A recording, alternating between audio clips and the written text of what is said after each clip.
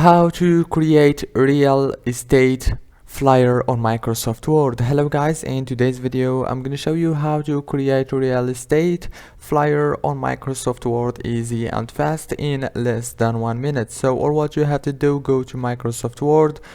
This is the home page as you can see right here. Now go to the top here, click on the flyers option.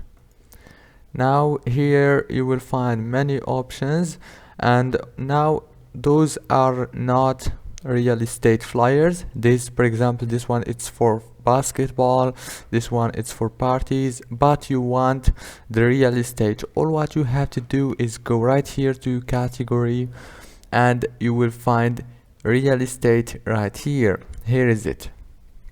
Click on it and now click on this flyer or whatever you want here and click create.